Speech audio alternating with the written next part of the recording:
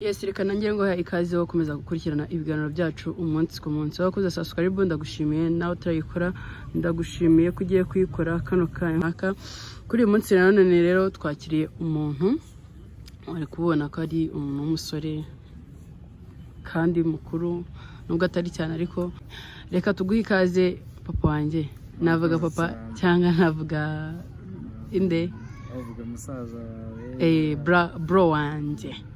Afite bro ungana nawe nuko ndi kuruta. Urumva rero uko biri. Watangira utwibwira abadukurikiye? Nitwa Kabarisa Steven. Ndi umuhanzi. Uri umuhanzi? Nkaba n'umukinnyi wa filime. Muhanga indirimbo z'Imana zisiko tutari dusanzwe tukuzi. Ntago namenyekana cyane, niyo mpamvu ndi hano, nirwo rugendo ndimo. Ariko mpimba indirimbo bijyanye na message nshaka gutanga, ntago mfokasinga kuza Imana gusa. Abakozi isanzwe gusa, nyine biterwa n'indirimbo message irimo. Hari indirimbo zimwe na zimwe zawe se zaba warasohoye zikazirekura hanze? Yego. Watunyurijemo gakeya se? Nimba zitakugoye? Hari yitwa Shimwa Mana. Shimwa Mana. Nyine isa nk'uririmba agace gatoya n'abantu badukurikiye bumve, nyine wenda bajye no kwishakira no kuri YouTube channel yawe uraza kwitubwira. Imirimo yawe Mana nagitambo kibaho na kimwe nabona natamba oya kirutuye umutima umenetse Mana. Shimwa Mana kubw'imirimo yawe. Shimwa Mana warakoze. Iyo ndirimbo ivuga true story yanjye. Yitwa ngo iki iyo ndirimbo busanzwe? Shimwa Mana. Shimwa Mana. Iri ku YouTube channel? Iri kuri YouTube channel yanjye, wandika Shimwa Mana by Steven. Shimwa Mana by Steven. Ugahita umbona.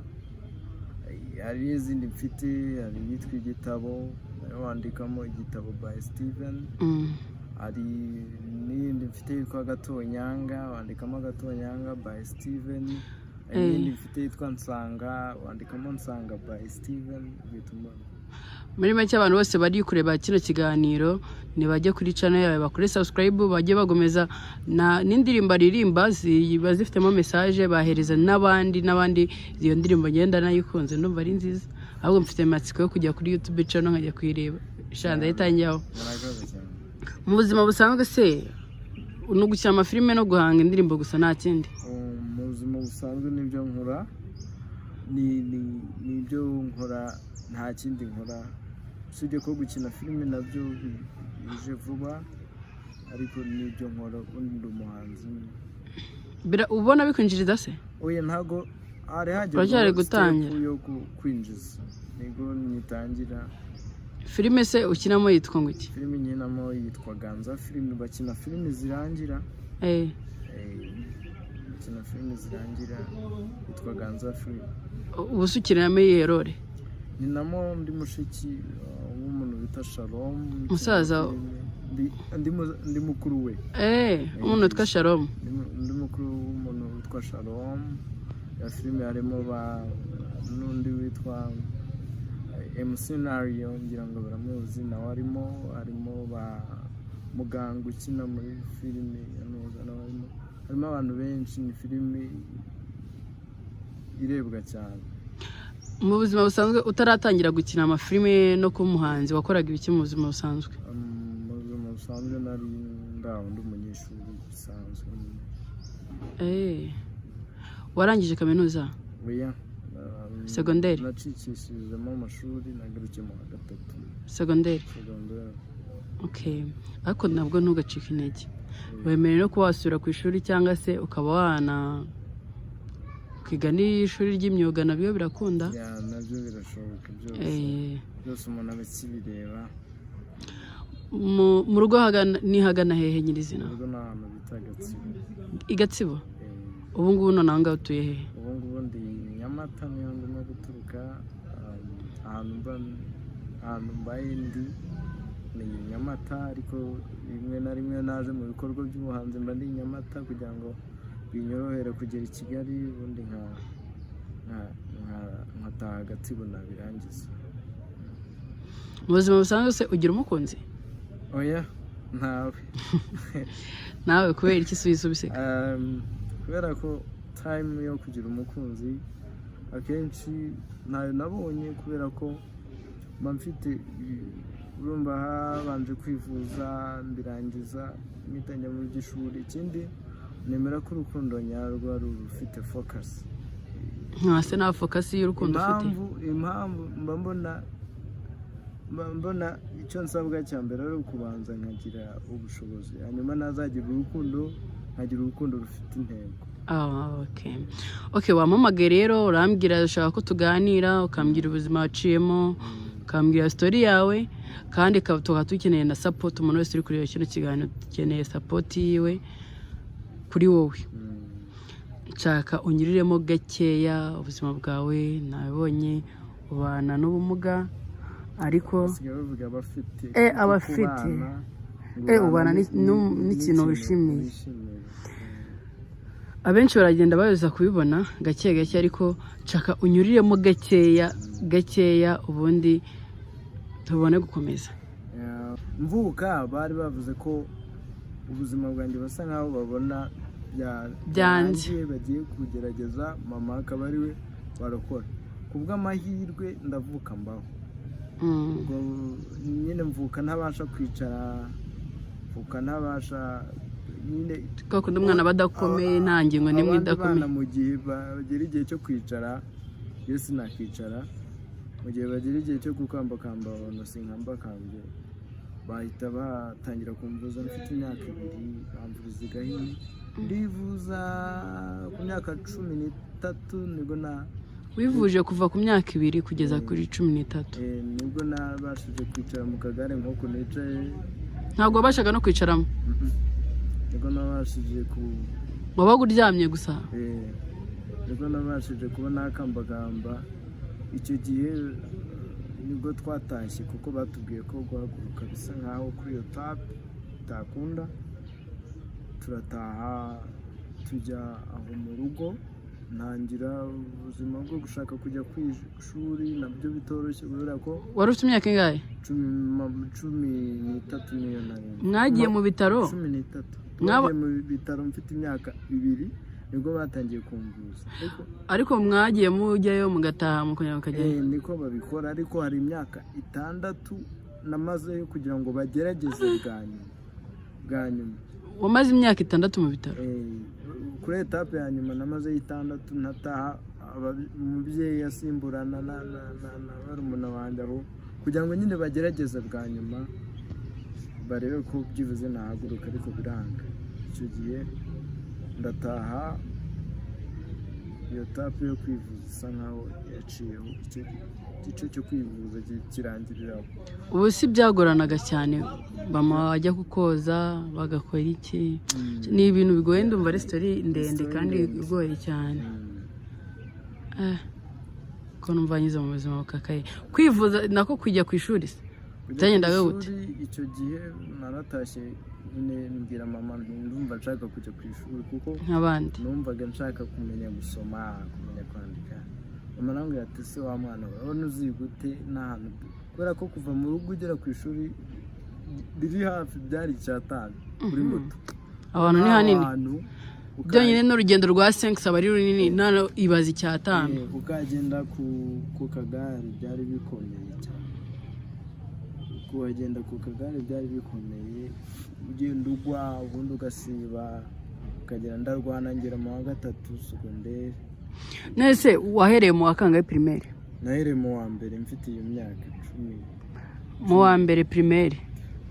Akubera waranagerageje, kuko nyine tumenyere ko twese duhera maternelle, ako ari n'abahereye mu wa mbere. Bahise wagiraga nk'umwanya wa kangahe mu ishuri?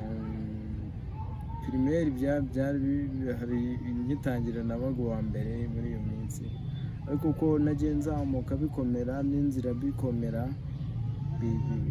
bisa nk'ibigira, ariko nta na hamwe nigeze nsibira. Hose nabonaga yo kwimuka y'ingenzi. niko biri iyo ubona amahirwe yo kuba waratangiye umeze neza wari kugira ubwenge kandi bwinshi bukagira nyine n'umumaro ariko n'ibi ngibi wakoze nabyo ndabizi neza ko ejo n'ejo bundi bizavamo umumaro kandi mwiza kandi ukanabyishimira cyane. Yego murakoze. Mu rugo muri abana bangahe? Nuko turabana 9 9. Niwo bucura mu rugo.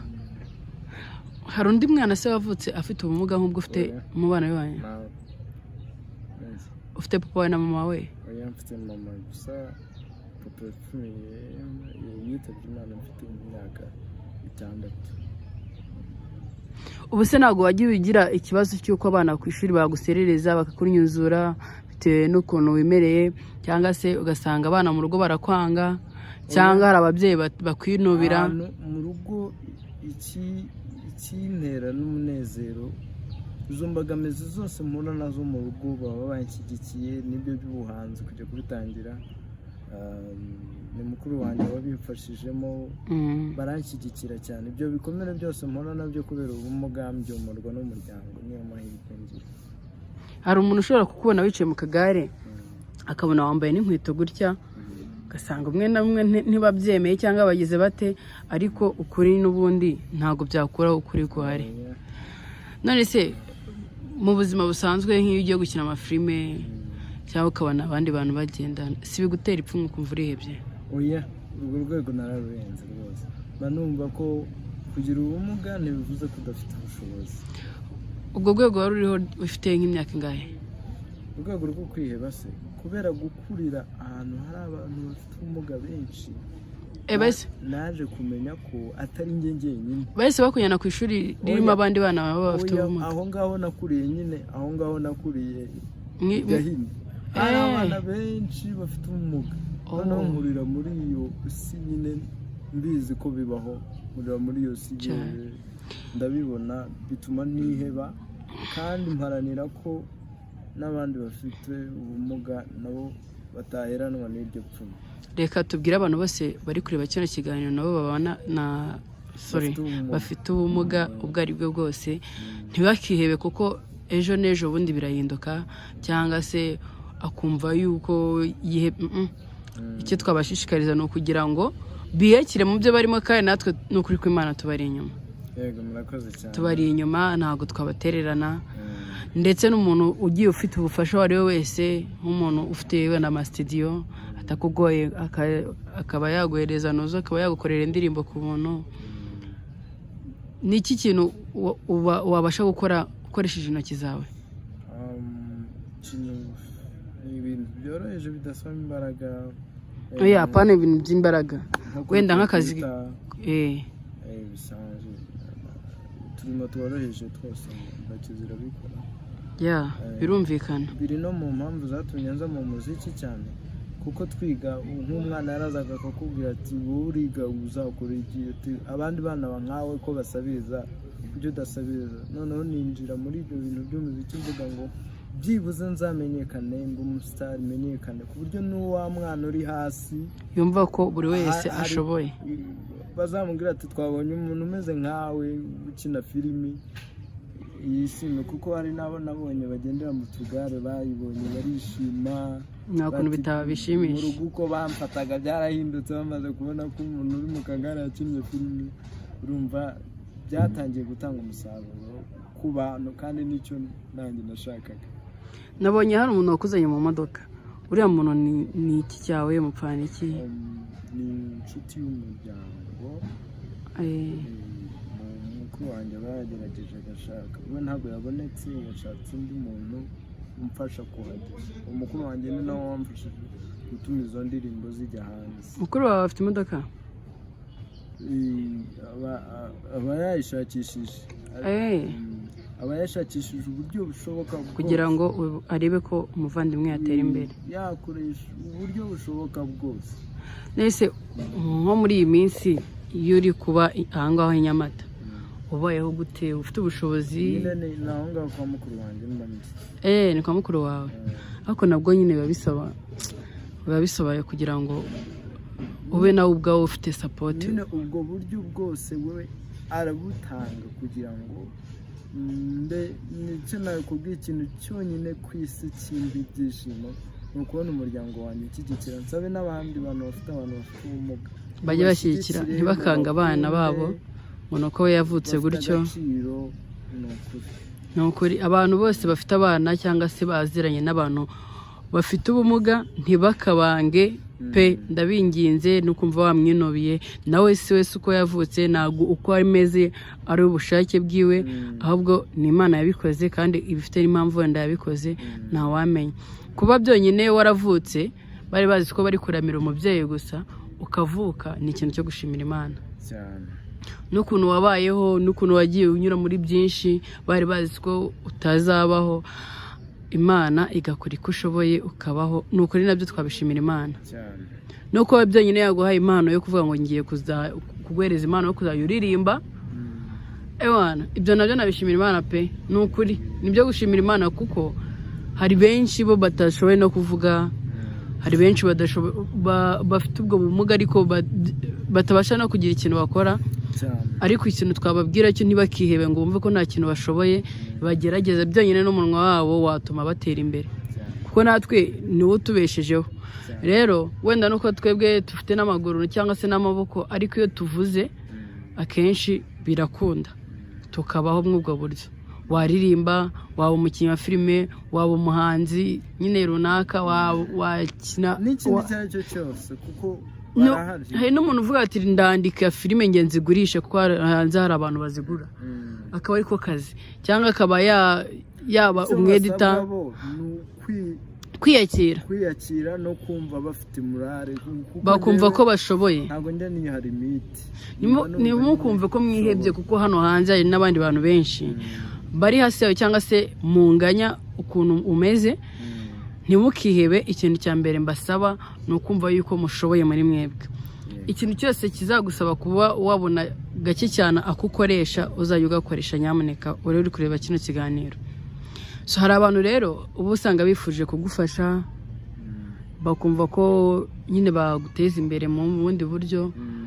Hari umuntu wenda uba ufite akazi gakoresha mashini washaka kuguha ku kazi, cyangwa se umuntu ukina filime.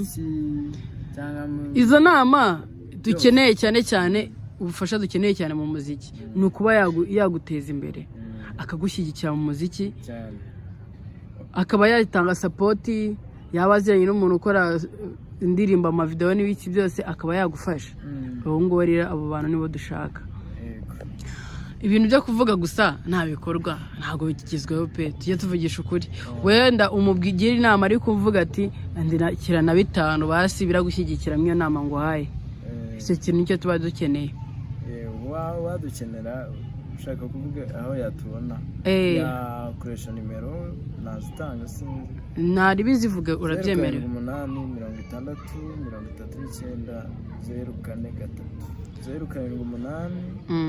63 39 043 Umuntu wese ujya ukoresha WhatsApp? WhatsApp iri kuri WhatsApp, nta kibazo. Hari nk'abantu bo hanze ubu usanga batabasha kuguhamagara bisanzwe, akavuga ati reka mwandikire kuri WhatsApp. Nta kibazo. Amazina ni nde? Ari kuyo noza? Ni Kabarisa Steven. Ikubaruyeho? Imbaruyeho. Nyine hari impamvu mubajije ngo ikubaruyeho, hari abantu bavuga ati nyohereza irangamuntu nkohereza amafaranga, hari abavuga ati nyohereza amazina nkohereza amafaranga, niyo mpamvu ugenda mbikwaje gutyo. Umuntu wese uri kureba kino kiganiro yemerewe kuba yafata amafaranga cyangwa se n'ubundi bushobozi afite bukeya. Mu bushobozi ntabwo ari ngombwa, ntabwo ari itegeko, ariko mu bushobozi bukeya ufite wemerewe kuba wafasha umuntu. Mu minsi yashize hari ibintu nahoze mvuga navuga ati o kunyangiye mfate amafaranga ngo njye gutura mu rusengero, nayafata nkaba nafasha abatishoboye cyangwa se n'abafite ubwo bumuga. Imana byonyine yazabimera umugisha, ntabwo ari ngombwa kujya gutura mu rusengero. Ndabivuga kujya gutura mu rusengero, ndamutse ntagiyeyo ayo mafaranga nayo kujya gutura nkajya mvuga ati nzaya amahoro nyazirikana, nyafashisha abatishoboye, nyafashisha abantu bayakeneye. Imana yaguheza umugisha cyane kurenza wa muntu ujya gutura buri munsi mu rusengero.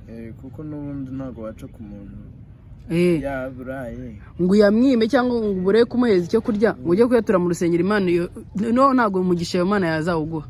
nubwo tuvuga ngo dukorera umugisha ariko ntabwo dukorera itorero. Umugisha wa mbere Imana nta dini Imana izi imitima yacu niyo ari insengero. Insengero zacu ni insengero z'Uwiteka n'imitima yacu. Icyo cyo tubanze tukimenye. Nuziza n'ubugome ntabwo uzatura ngo n'ubundi Imana ikumve. Nuza n'imitima mibi ntabwo uzatura ngo Imana ikumve. Nujya gutura mu rusengero wasize umuntu wicwe n'inzara cyangwa ubuze n'icyo kwambara umureba, sinkubeshye iryo turo ryawe zaba riri hasi ku Mana ntabwo uzanamenya ko watoye. Ariko nubikorana umutima ukunze ukavuga ati ngiye gufasha uyu muntu n'uyu, cyangwa se hari benshi bari mu bitaro baba barabaza abantu bagemurira, hari benshi baba bari hirya no hino babuze ubwo bushobozi bwa bwana, usanga burara muri rigoro ugafasha ukajya ugatunga, nubwo utatura ari kuvuga ngo uyu mwana niyemeje kuba namufasha akaba iwanjye nk'umwana wanjye, cyangwa se wenda nk'umwana mfasha nka nadorose, Imana ibyo byonyine yabiguhembera cyane. Erega ari imirimo myinshi tuba dukeneye gukora izatugeza no mu ijuru. Tuzabona wa wundi wirwa mu rusengero ukajya niwe uzagera hejuru mu ijuru kurenza wa wundi wiri gufasha abantu abikoranye umutima mwiza. Icyo tujye tubanza tukimenya. Gusa si tubajije gusenga. Nanone icyo nsaba abantu bakore subscribe, bakore share, comment. Kuri channel yawe ngeri yibibutse. Bandikaho izina ry'indirimbo Betumbona, wandikaho igitabo by Steven, ukandikaho Agatonyanga by Steven, Shimamana by Steven. Izina nyirizina rya channel ni Steven n'ubundi, ariko kugira ngo mbone ushyiraho izina ry'indirimbo ugezeho by. Nyamuneka abantu benshi babona social media ari ibintu biri, ariko iyo kandi subscribers ukareba ibyo bintu twashyizeho cyangwa se uwo mukozi w'Imana yashyizeho, niko gutuma YouTube imuhemba. Niba ushaka kumushyigikira nyamuneka gerageza. Mu buzima busanzwe ukunda iki? Mu buzima busanzwe nkunda ukuri, kandi nkunda guha agaciro abantu no kwiha agaciro. Icyo nicyo cy'ingenzi cya mbere gituma n'abantu bakubaha, ubundi tuyihaye agaciro nta muntu akaguha, ndetse ndakwinginze no kwihebe. Oya, icyo kintu narakirenza, ahubwo icyo ngamije no gufasha n'abantu bafite ubumuga kugira icyizere cyane. Kandi ikindi komeza ukore rwose pe, nanjye ndagushyigikiye. Uzajya umpa na link ngo sharingire, ngo ushyire community, abantu bose bagenda bamenya indirimbo zawe. Ngende tayari kugufasha kabisa. Nuzajya ushaka kuba watubwira indirimbo wasohoye runaka, uzajya uzana aribi tuyitangaze n'abantu bayimenye. Umaze gusohora nk'indirimbo zingahe? Enye. Akora cyafite n'izindi wenda ubitse zitarasohoka? Hari indirimbo hafi 300 zanditse kuko ndi umwanditsi w'indirimbo cyane. Hari nimwe wayo ukorera video?